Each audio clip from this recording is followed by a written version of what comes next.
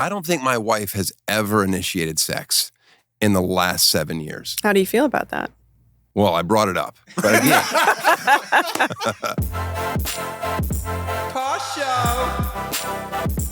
Tosh Show. Tosh Show for show. Live from Los Angeles, it's Tuesday Morning Live with Eddie Gossling, Pete Relyea, John Elerick, musical guest Dylan Stern, and your host, Daniel Tosh. Welcome to Tosh Show. Oh, I'm so nervous to be here. That's all I've got. How you doing, Eddie? I'm doing good. How are you? Man, I am doing swell. Eddie, you know what we don't ever do? What's that? I would say we've never done it. Okay. In our entire friendship, we've never said, I love you. I say it all the time. You've never said it to me. I think I might have said it to be funny once. No, you've never said it. Well, I do love you. You do? Yeah, I love you. I knew you did, you pussy. Here's where I'm going with this. I'm not going to say it to you because that's fucking stupid. My wife says I love you to everyone. She's made it completely meaningless.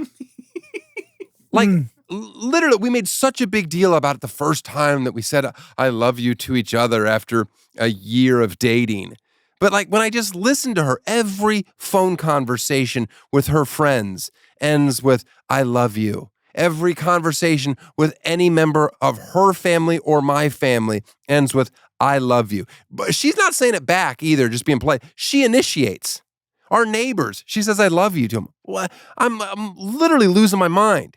She says to our HVAC guy, her hot trainer, she says I love you to all the time. You know, I think where it comes from, why it annoys me so much is because you always hear douchebaggy guys, you know, on these dating shows, Bachelor, you know, I don't throw I love you around very, very often. They try to make it seem so much bigger than it really is. If I could go back in time to each one of my relationships, I would just say it on night one. Like, oh, I love you. Yeah, I'd say to every girl, oh, I love you. Just so you know, I say it pretty easily. I would tell everyone. Hey, why not? Who cares? It doesn't mean anything. Just say it. If you're in a relationship or dating somebody for 2 months, just say it. Just, I love you. I love you so much. Well, this is what my wife has done. She's taken the power away from it. So now when I tell her I love you, it's just like, well, who cares? It's like I might as well just give you a handshake. No, I'm not going to say that our relationship still doesn't have spice. The other day, you know what I bought her? Edible period panties. Oh. And by the way, they're not made from the fruit roll-ups. No, that's not sturdy enough. They're made from jerky. Wow. Yeah. It's a bigger panty. It's a meal, and it's nice. It's a meal. Oh, it's a meal.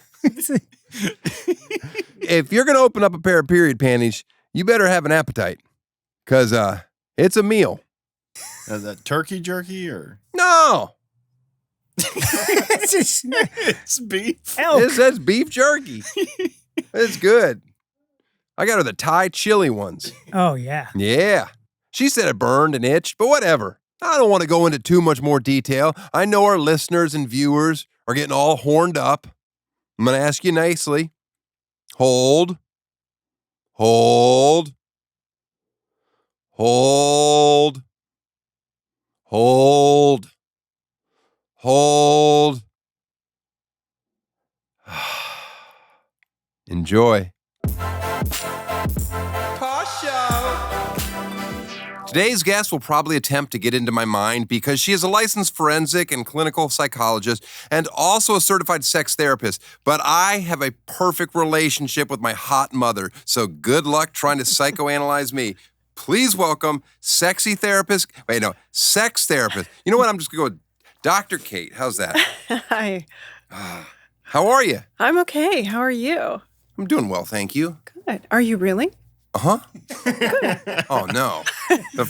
She's already in. She's already in. Good. This is a nightmare. All right, let's start with, do you believe in ghosts? Ooh, ghosts of previous relationships, maybe. But that's the only type? Yeah. You don't believe in ghosts then? No. That's a no. What That's a about no. skeletons in people's closets? Metaphorically, Ooh, sure. Sure. Good grief. Just so you know my background, I've never been to therapy. Never. No. Why? I resent, I don't know. You know. I've never felt like I really needed it. And I always figured the cuckoo stuff in my head that I could live with helped me professionally. So I was like, just leave it. Did you know that your face is changing colors right now? Probably. I mean, well, listen, I'm aware that I'm on the wrong side of it.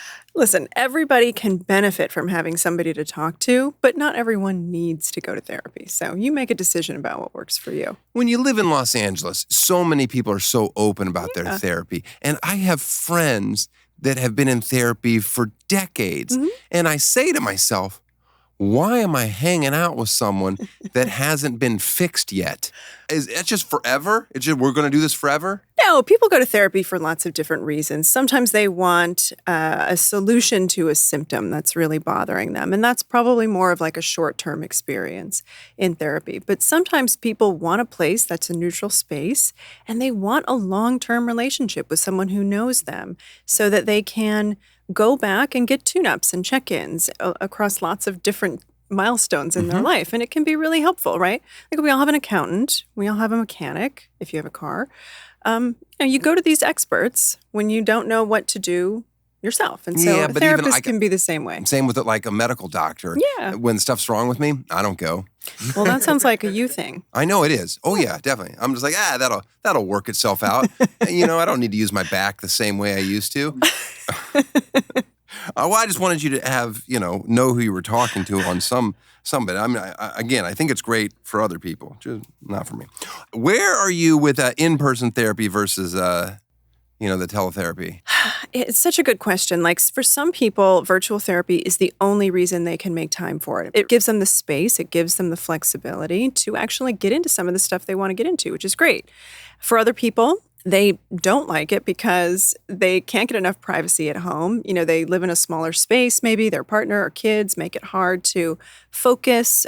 They want to be in person. I mean, any doctor that lets me just like hold up my kid's arm into a camera and will like send me a prescription, I'm like, thank you. You see? It's so much better. It's convenient. Oh, you're originally from Wisconsin, went to school in Chicago.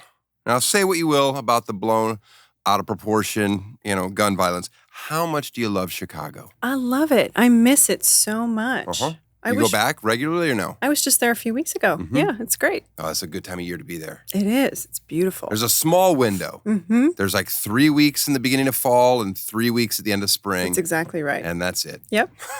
Rest of it you can leave there. Sure. You began your career as a therapist working in the legal system with prison inmates. What was that like? It was honestly such a great education because I got to see the worst of humanity and also the best. It was really insightful. Who was the best? You get to see the best of humanity in these really small moments where new inmates would come in and look, most of the time it's pretty dog-eat-dog in there. But every once in a while you saw someone take someone else under their wing without another agenda. You saw them give somebody something from commissary because they were having a really hard time, or you saw them have a growth moment that was really profound. There were just little moments like that really it's my shone biggest through. Fear. My biggest fear in life. Going to prison? Yes. For good reason. Well, that and monsters, but yeah, no, it seems awful. How do you transition the career into sex therapy? Yeah, well, working with sex offenders for as long as I did gave me a lot of training and a lot of understanding to really understand the different relationships that people have with sex and how people use sex to communicate different things that they want or they need in life. I wanted to help people move away from a relationship with sex that was really painful in some way to a relationship with sex that felt ripe with pleasure, that was thriving, that was healthy, that was expansive and generative in their lives. So that's sort of the journey. Who benefits from you the most? Is it people that have had horrible sex trauma in their life, or is it people that are just trying to enrich their sex lives? Both. Both, right? I work with people who have had horrific trauma in their lives. People who have pain during sex, who can't get an erection or who ejaculate too soon or sooner than they would like. I work with people who want to open their relationship and they don't know how to get started. People who want to get kinky and they don't know how to get started, or in mixed relationships where one person's more vanilla, one person's more kinky, and they're trying to figure out how to make that make sense. We work with a lot of folks who are recovering from infidelity and trying to figure out why they went there. We do a lot. A lot of people trying to fix their relationship. A lot of people. Trying to fix is an interesting word, right? Fix assumes that there's a finish line or a finite point, or that we're all these static creatures where it just like pop back into place. But that's not really how it works, right? We're all dynamic. So it's about integration, understanding, assimilation, kind of creating a new path forward. So it's a very dynamic process. I mean, the real fix is divorce, but they don't want to do that. Is that a fix? Well, sometimes. Do you ever recommend that they get divorced? Like, because you know enough information about one of the parties that you're like, this is not going to work. You're wasting your time. I might say that. I might say this is seeming like a fruitless effort. Okay. Let's explore that. I will push people to explore what divorce could look like, but I'll also push them to explore what not getting divorced could look like. I don't have an agenda for people's relationships. They might come in already decided they're going to get a divorce, but they're buying time, or they want to try one more thing, or they have it in their head that if me or my partner could just get to this thing, then everything will be okay. So, I don't want to push people. I trust that everyone knows where they need to be when they're ready to know that. Oh, that's a mistake. I don't think so. Well, you say you have no agenda, but your agenda is you'd like your clients to be happy. I want my clients to feel content and at peace with the decisions that they make in life, and to have meaning and create meaning where they need it and want it, and to make hard decisions. It's not always possible to be happy all the time, right? We want to create a life that has meaning so that we can sustain the parts that aren't so happy and really enjoy the parts that are. I enjoy the roller coaster. I like real high highs, and then I like just crashing. By the way, anytime I have a sex question during this interview, I want you to know it's not about me. It's for a friend. Always. Okay? Of course. I get you. that. I have no... You don't even have sex, I'm sure. I do. Do you? I have sex with my wife, pretty regularly. That's great. For your standard vanilla clients, how many times do you want them to go at it a week? However many times it makes sense for them. Well, I'm talking about vanilla people. However many times it makes sense for them. There isn't an ideal, right? Because every couple is different. For I some don't think my couples- wife has ever initiated sex in the last 7 years. How do you feel about that? Well, I brought it up. But again, that's all right. That's a start, Daniel. I think it's okay. I think it's okay that she doesn't. I'm like, you know what? That's fine. It depends on why. For some partners, they'd be like, yeah, no, that's my thing. I want to be the initiator.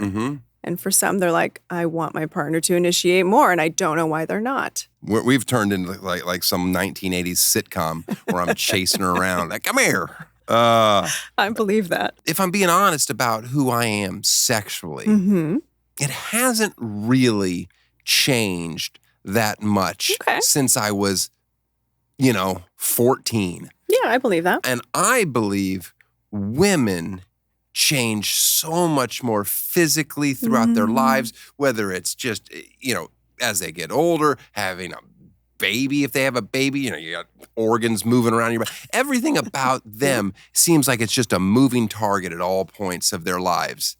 So I always feel like, this is tough. I got to refigure this stuff out constantly. That sounds like a fun adventure. I should look at it that way. I'm just always looking for a cheat code. I'm like, all right, what now? What are you into now? Me talking less? Got it. I've been married for almost 10 years. Can sex therapy shut out the part of my brain that remembers my 20s and 30s, when I was living the good life? I don't mean to say the good life, but that actually describes it pretty much. You mean do we have one of those Men in Black things where we can just... and out goes a whole decade? Well, I don't know. I just feel like, is there a way to block that out? Get rid of the Rolodex. Why do you want to? Well. Are you playing the compare and despair game, Daniel? Oh, is that what it's called? Yeah. No. I'm not playing it. Well, now I am. Now because you put it in my head, so now I'm doing it. I can't stop doing it right now. Maybe you could use all of those memories as like ideas to bring fun stuff into your 10-year marriage. Whatever you liked about those experiences, can they be a bridge into the now? They were just somebody new. That's all. I've never wanted to break up with somebody for someone else in my life. Okay, that's nice. I've always wanted to break up just so I could be alone again. Okay. I was like, oh. Yeah. Is it really taxing for you to be in a relationship? No, not now. No. Now the person I'm in a relationship, I'm just like, yeah, this is great. Amazing. Let's just ride this out. Mm-hmm. Anyway. Is this what therapy is? Yeah. This isn't bad. They just cut you a check at the end of it. I Venmo you. How's this work? I'll send you a bill. What's the most common reason someone goes to see a sex therapist? Usually because something's going on in their sex life and they don't know how to make it better. But the underlying question is usually something like, am I normal? Am I broken? Am I okay for wanting what I want or because this thing is happening? So usually it's about addressing something that they don't know how to make sense of and making sure that they're like, okay. How do you start? We come in for a sex therapy session. How quickly do we just start talking about the weird stuff that they do? I wouldn't call it weird.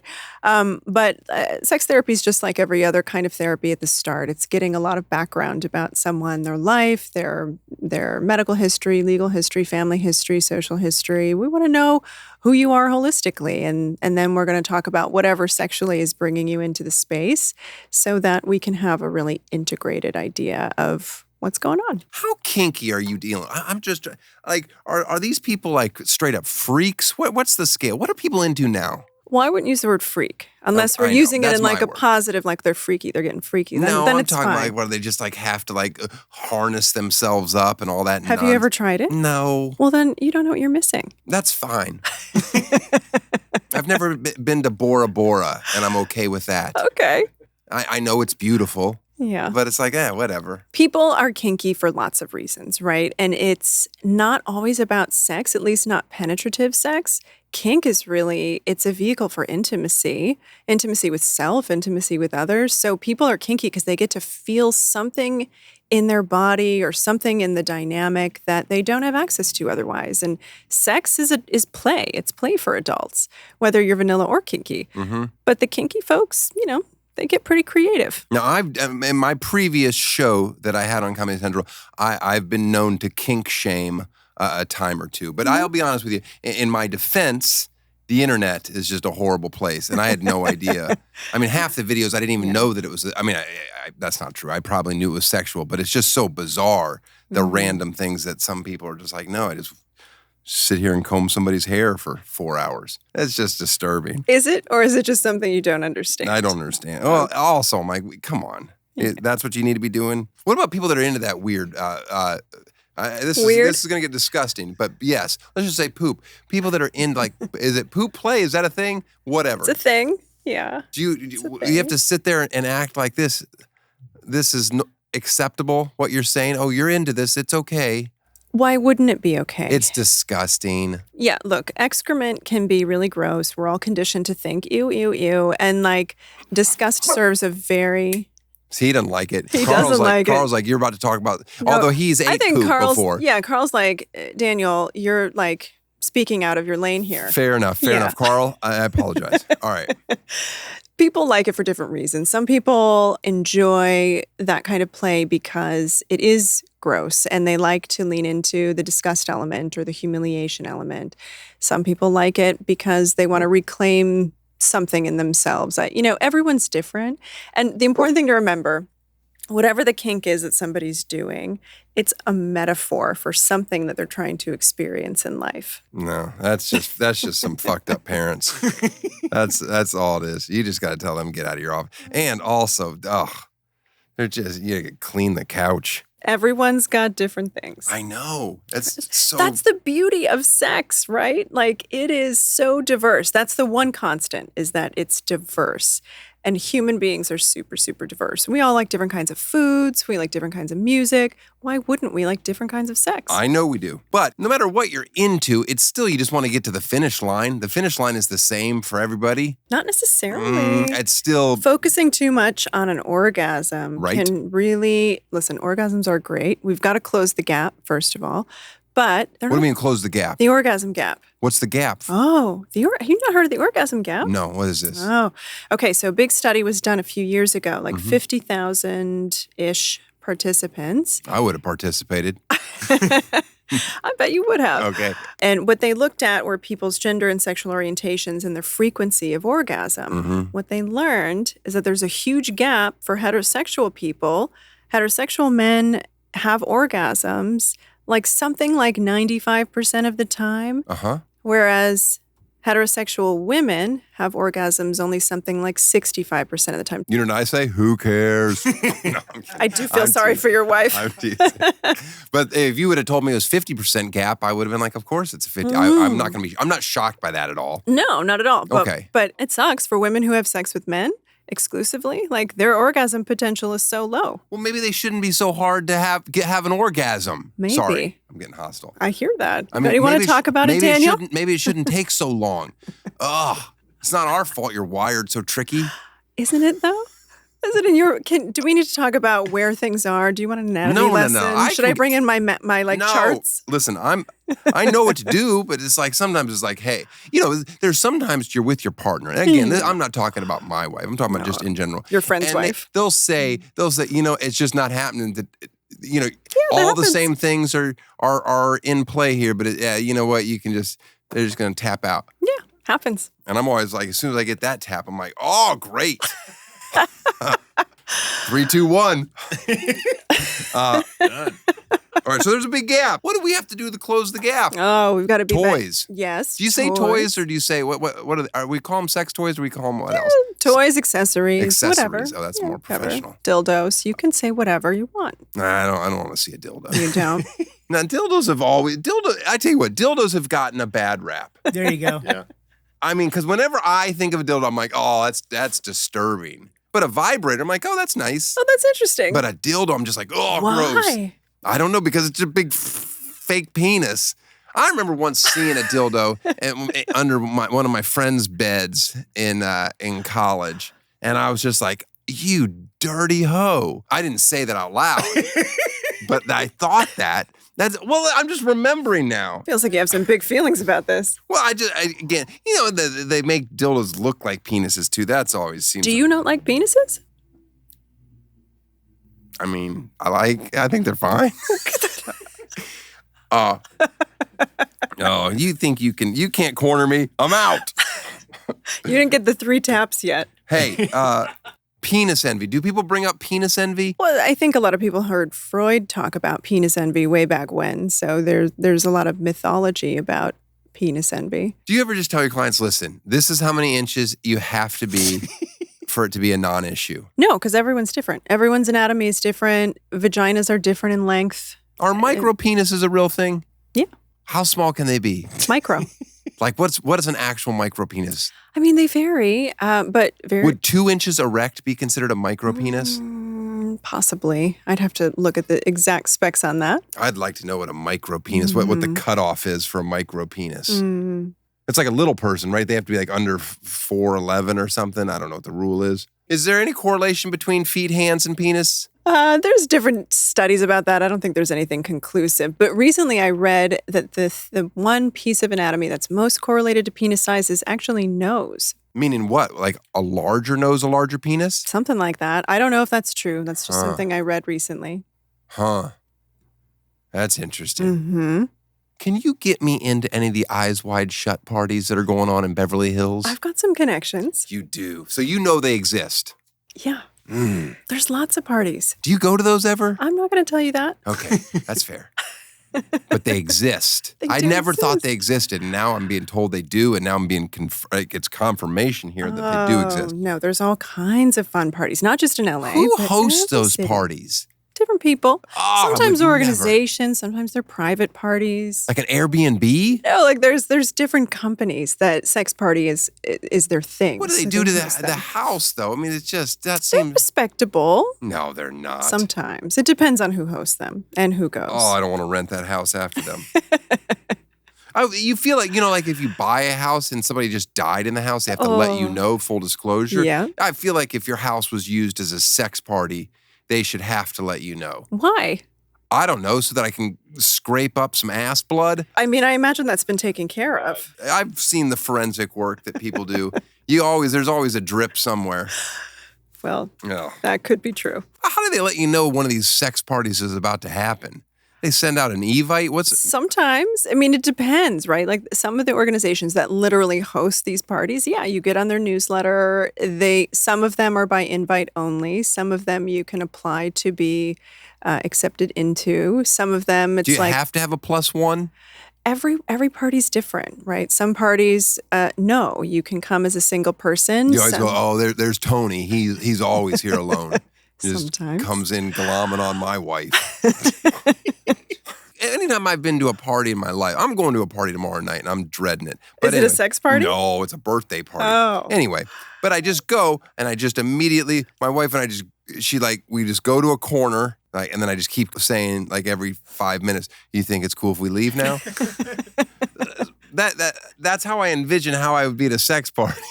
I'm like, well, yeah, I got mine. How about you? I mean, therapy could help with your social skills. Percentage of clients that are there by themselves versus with a couple? Oh, it's so mixed. I mean, our practice works with individuals and couples. Some specialize in one or the other. So we're pretty even. I would say we're maybe 55% individuals, 45% couples right now. Some thruples, some quads. Quad, and that's where you stop. You know what I feel like the quads are trying to do? What? I feel like they're lying and they're just trying to get a better rate on their therapy by coming in all together. You know what? I'm going to investigate that. That's an interesting hypothesis. Yeah, it just seems like they're trying to scam the system. Oh yeah, just act like we all bone each other. All right, here we go. Oh, I mean, honestly, you have these thruples come in. Of course, and I wouldn't pretend that they have like I know your problem. There's fucking 3 of you. That's a problem and an opportunity for them. But listen, folks who are non-monogamous typically are better adjusted because they have to practice more communication, more proactive communication, and they have to really work at it. Like one relationship is hard. So if you add multiple relationships to the mix, balancing all those boundaries and negotiating things, yeah, it's complicated, but it can be great. I wouldn't call it nonsense. Do you think humans are meant to be monogamous? I think there's a huge spectrum, and there isn't a right or a wrong way. Let me give you a little history lesson. Before I think it was the agricultural revolution, we weren't monogamous as like a group, a cohesive group. There was a lot more community play happening, community child rearing, community everything. But once the agricultural revolution happened and we started having like assets, like things that we earned, then people wanted more assurance that the things they were working for, so at that time it was like livestock and whatnot, they wanted to be able to pass that along to their own children. So like that's around the same time that we started living more in like a nuclear family dynamic, and when monogamy became more of the desired relationship style, because then men could determine the paternity of offspring.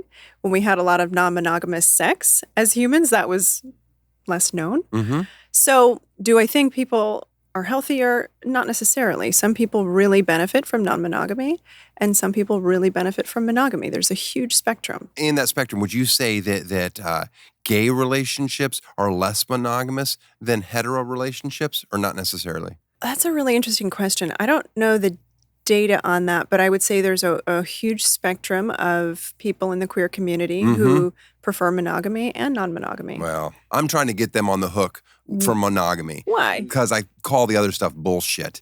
If you just get to go out willy-nilly. It's not willy-nilly, though. There's a trade-off. You want to get married, it's like you have to suck it up and suffer. Daniel, this is why people go to therapy, right? Oh, to yell their stupid views? Do you have a therapist to unload on? Of course. Now, are you allowed to just, when you're in that environment, just talk about all of your clients? in a free form there? Great question. So therapists can have therapists, and sometimes they might process some stuff that comes up for them from their work in their own therapy, but usually we have a separate space for that called supervision, where we consult with other therapists about our cases specifically. Is sex therapy covered by insurance? Sometimes. Do you take insurance? No. Okay. But we do offer super bills and sliding scales. Do you need it? Because you're usually hanging out with a bunch of elitists in Beverly Hills now, right? I wouldn't say that. Oh. But yeah, our rates vary.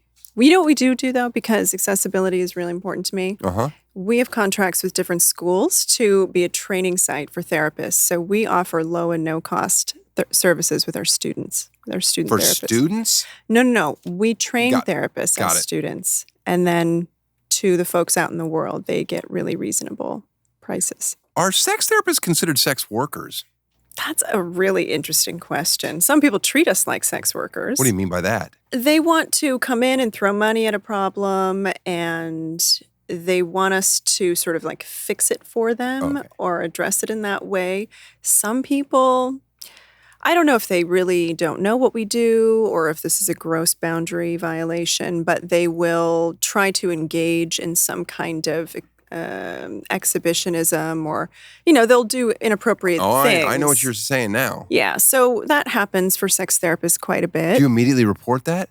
My practice does. Yeah. Yeah. Do you ever have to report someone because they told you they've done something awful? Yeah, so in California, every state has mandated reporter requirements where we have to make reports, but it's really limited to things like someone saying they're going to hurt themselves or someone else, we have to report that. If someone tells us that they know of any emotional, physical, sexual, or financial abuse against someone under 18 or over 65, then we have to report that. And that includes child sexual abuse material, so any like sexually explicit images of children that they've been viewing or distributing or downloading knowingly. When you talk about pedophile stuff like that, it's a sickness, right? Would you say pedophilia is a sickness or no? I would say it's a pathology, yeah. Well, it's just the It's one psychopathology. thing that if someone has, no one goes, oh, well, they have a disease. And everybody's just like, no, fuck them. They burn at the stake. Yeah, look, humans love easy black and white categorizations, right? So we love to think of ourselves as good people and bad people. Yep. And that's just not the reality of life. Like there's so many people out in the world who are really good people, outward facing, and they're doing things at home that are really, really abusive, really horrible. It's like the most common data about perpetrators of sexual violence is that it's always, not always, but majority of the time it's someone known to the victim. And when you're a child, that means it's a parent, a caregiver, a teacher, a coach, a religious person that, has been entrusted with children. It's all these adults or older siblings around them. So. I gotta get all the adults out of my kid's life because I can rule myself out. I can rule my wife out. Other than that, I can't trust anyone. Well, so no religious figures can go around my kids. The teachers, I don't know how to get around that one. That's hard, yeah. That's why it's not so easy to look at everyone as black and white, good people, bad people. Well, I think all of them are bad if they're looking at my kid. They're doing really horrible things, yeah. Oh, that's awful. Yeah. Talk to me. Oh, we got to get into this. If you were called to provide your psychological expertise in the P. Diddy case, what would your diagnosis be? Well, we can't provide diagnoses for people we've never evaluated. I know, but let's just go for it. I mean, is this fascinating, this case? This is why I became a forensic psychologist, right? You get to understand why people do the most malevolent and dark things that they do. And why do they? So many different reasons. People's motivations vary, but usually when it comes to stuff like this, the motivation is power. It's wanting to have control. It's wanting to feel superior, feel protected in your superiority. And having a sense of power gives people that illusion of superiority, and it gives them the illusion then of having some sort of safety in this world. Yeah. I mean, I believe you. I just when you live long enough, you realize there's every walk of life. Yeah. But when you're when you're living your life in a normal shell or what you perceive to be normal, and you see how other people act, I just can't wrap my head around it. Yeah. Well, that's good. You're not a psychopath. What's he call his little sex party? What were those? The freak-offs? And they went for like days long. I don't care what you're into sexually. And I can wrap my head around, everybody's into different things, blah, blah, blah, fine. What I can't wrap my head around is somebody's into it for 3 straight days. I mean, no matter what I'm into, after said climax, I'm no longer into it. I'm like, all right, let's get out of my house, guys. Yeah, but you're assuming it's about sexual pleasure, and it's not, right? Sexual violence is not about sexual pleasure. It's about power. It's about being in control. So I can't speak to this case because I haven't investigated it. I don't know the details. I don't know the psyche. But when people do things like this, often they're not even masturbating. They're not even enjoying it in that way. Or if they are, it's a short-lived experience, and then they come back to, kind of resting on this idea of, I did this is my doing, and that gives them a sense of control. We've seen that with lots of kinds of situations where perpetrators are found to have hosted public events in a non-consensual way. Well, I'm going to get off this, but it's just so fresh right now in the news. Like anytime something goes 3 days, like whenever you're watching a movie and like a Jason Bourne movie and he's on the run, and it's like, well, when are you taking a nap? When are you going to the bathroom? PJ still had to go out normal day activities. Like when was he checking emails? Like while all this nonsense is going on in the living room. Just the smell alone, I'm just confused. He's going away, isn't he? He's going to get locked up. I know you don't know the particulars, but he's done, right? He's done. See, that's the trade-off. Yeah, you could look at my life and say it's boring, but look at that idiot. Thought he was, going to ride that Biggie fame forever. Nope. Everybody that's on my show gets a gift. Oh, yeah, but it's just stuff from my house that I don't want. I don't want your dildo.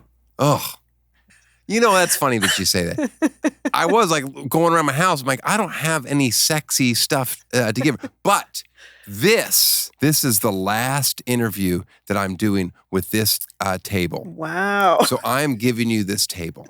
I don't know where you're going to put it, but this table is now yours. That is just so generous. Thank you. So I need you to take this with you. Get my mug off your table. I have this candle too. This is sensual amber. You're gonna love that candle. Well, thank you. That's your table, so I guess you can keep it on there. Thank you. What else do I have down here? Oh, this. I wanted you to have this.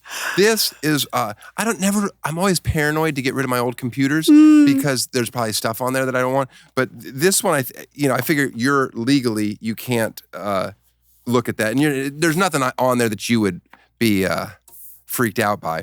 So I'm just going to give you my old computer as well. That is very generous. All right, can you set that on the floor? Your gifts. I'm excited for you to have these things. Thank you. You're welcome. Are you in a relationship currently? I am. How long have you been in a relationship? 5 years. Over 5 years now. What's the longest you've ever been in a relationship? This one. Look at that. You think you're going to go the distance? I don't know what that means. 30 to 40 more years. Maybe. We'll see. Would you like that? Do you want to grow old with someone or no? I think there's benefits to that for sure. And there are benefits to maybe not doing that. It all depends on the quality of the relationship that someone's in. If it's great, why wouldn't you want to go the distance in that? But if it's something that isn't a good fit for one or both people, I don't recommend going the distance just to say you went. I feel like it's just like a contest. Let's see if we can do it. That's your motivation. Go for it. Do you have a safe word in your relationship? Sure. You do? Yeah.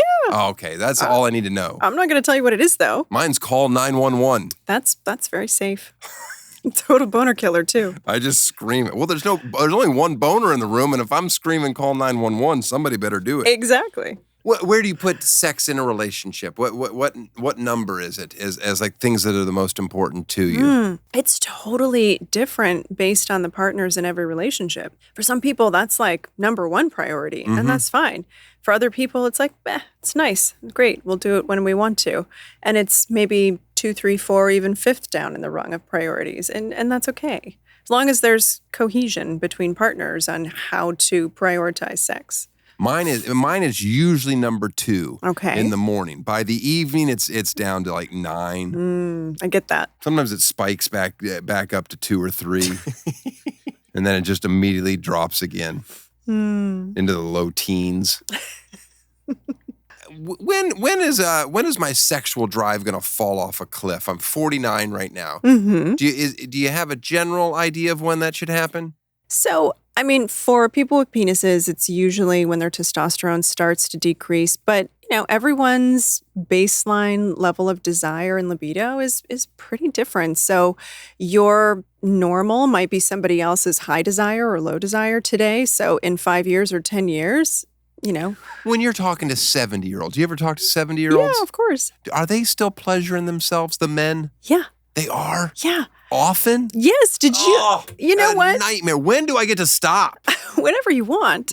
Well, when do I want to stop? Well, that's a different story. I don't know. Right. Yeah. You're saying 70-year-olds are still sitting around yanking it. What's interesting is that there is such a high rate of STD occurrence in independent living communities and older communities because older people are people and they're having lots of sex and they don't have to be bothered by like the fears of pregnancy anymore. So just raw dogging it in the old folks' home. There's a lot of fun happening there. Disgusting. The balls that must hang and swing in those communities. Jeez, it's just disturbing. Well, see, and here you thought men's bodies didn't change much.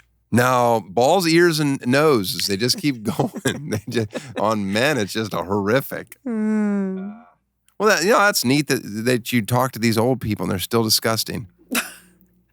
Old people are beautifully sexual humans too. What's the best way to go into a relationship if you want your sex life to thrive throughout?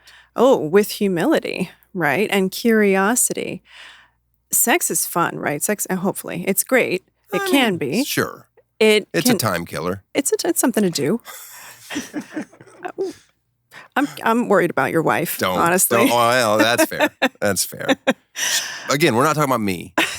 Your friend's wife, that's yes, right. Thank you. Yeah, so sex is great, and it can also be a landscape for all kinds of really complex emotions and really complex like social experiences. So I think there's a lot to parse out and a lot to consider when you think about how to go into a relationship to have great sex. You want to be curious. You want to be humble. You want to think about your intentions for being sexual. And you want to think about it as a co-created experience, right? Not something that one person is giving to another person or getting from another person. I don't do any of that. I just want to be attracted to the person. That's a start. That's it. I mean, on all levels, not just a physical attraction, but that's up there. Kate, thank you very much for being here. Thank you. I'm going to figure everything out on my own. I think you're doing a great job. Okay, I appreciate it. Tosh Show. Eddie. Yes. I got some big news. I want you to know that I'm an ally and I support your decision. No, Eddie, that's not it. This is going to affect all of us. Oh. The show, Tosh Show, now has merch. Look at this. Huh? I got my Carl shirt on. Do you believe in ghost sweatshirts, hats, t-shirts? Oh my goodness. It's a small pointed rollout. Do we have any shackets? I don't think so. Will we get shackets? Hopefully, one day. But right now, you can be the first on your block to rock some Tosh Show gear. Now, where do you get it? Oh, that's interesting. Target. Nah, I don't think it's available at Target either. Go to danieltosh.com or toshshowstore.com. There's probably a link there. If you check the description on this video, we'll have a link. I mean, this is exciting, guys. All right, here's the deal. If I catch anybody wearing Tosh Show merch out in public, I'm going to run up to you and tickle you. Oh, yeah. Okay? And by you wearing this, you have agreed to be tickled. I want to thank everyone in advance who purchases one of these items and then sees me out in public wearing it and does this. Yeah. Oh, that'll be fun. All right, back to the show. Tosh Show. I want to thank Dr. Kate for being on the show, talking about sex for an hour, getting me all rock hard. Then she takes our table. I got nothing to hide but boner. That's a shame. Well, I'm looking forward to our new table. And my new boner. We got some plugs this week, Carl. We got our Boys Wear Pink EddieGosling.com for his tour dates. Come see me on tour. Also, our free plug segment. Oh, this is exciting. Every week, a new business or town, something, getting a free plug from us. This week, Eddie, you're going to love this one. Okay. I know how much you love magic. Pete, too. Pete loves magic. I got 2 people in a room of 4 people that love magic. Carl, not so much. This week's free plug, Abbott's Magic Shop in Colon, Michigan, the magic capital of the world. You find yourself in Colon, head on over to Abbott's for a wide selection of new and gently used magic items. You ever heard the term gently used? It's ridiculous. I just found out about Colon. The butthole of America, if you ask me. Nah, I bet you they've never heard that over there at Colon. Anyway, if you're in the market for some failed magicians, Chalet Duck Bucket, get one for a bargain over there at $400. Or gently used 10-inch featherweight linking rings, they're going to run you around $650 over at Abbott's Magic Shop. I'm told the 12-inch ones normally cost around $750, but they're currently out of stock. All right, that's it. Abbott's Magic Shop in Colon, Michigan. Tell them Tosh sent you. Enjoy. You don't get anything for that. You still have to pay full price, but that'll be funny if you tell them I sent you. They're located on St. Joseph Street between Canal and State Street in downtown Colon, Michigan. I'll see you next week. Tosh Show. Tosh Show. Tosh Show for show.